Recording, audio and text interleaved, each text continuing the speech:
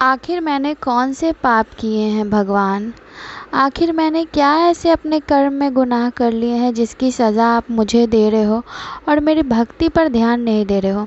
तो आज इसी से रिलेटेड एक भक्त की सच्ची कहानी मैं लेके आई हूँ।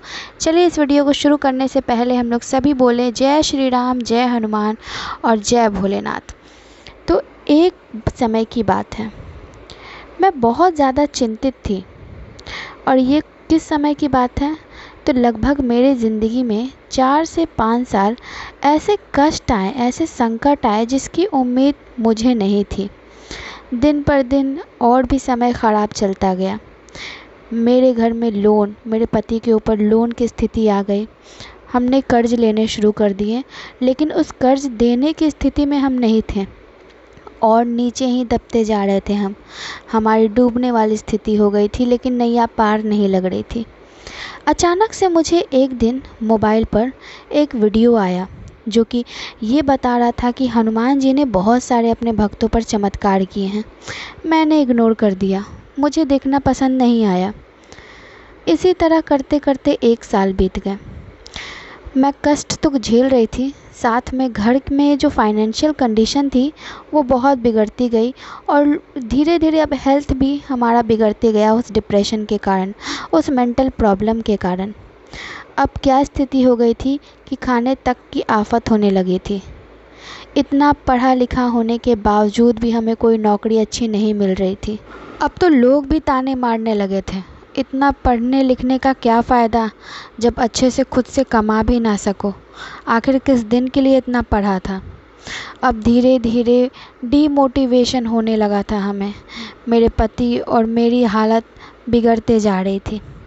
फिर कुछ दिनों के बाद से मुझे अजीब अजीब से सपने आने लगे।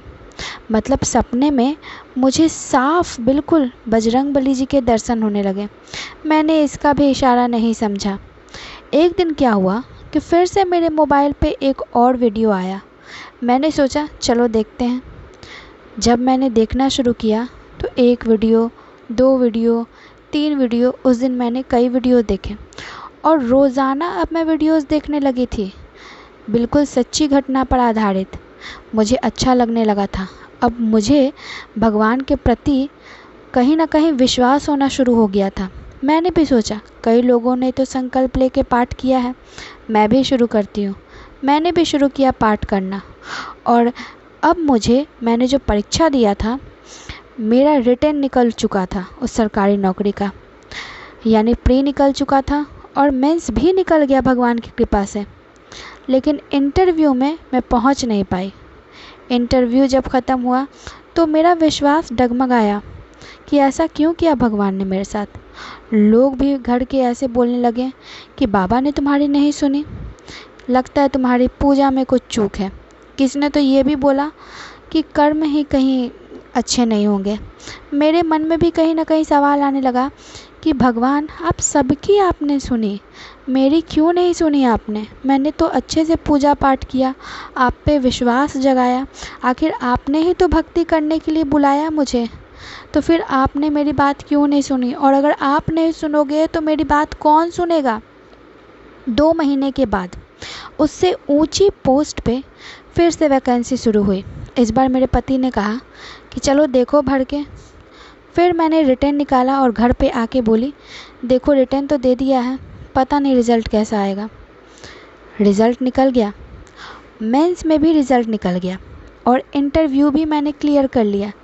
अब आप ही सोचो कि जहाँ मैं छोटे पोस्ट के लिए ट्राई कर रही थी, भगवान ने वहाँ तक नहीं पहुँचाया मुझे, और भगवान ने वहाँ से रोक के मुझे कहाँ पहुँचा दिया जहाँ मुझे उम्मीद भी नहीं थी।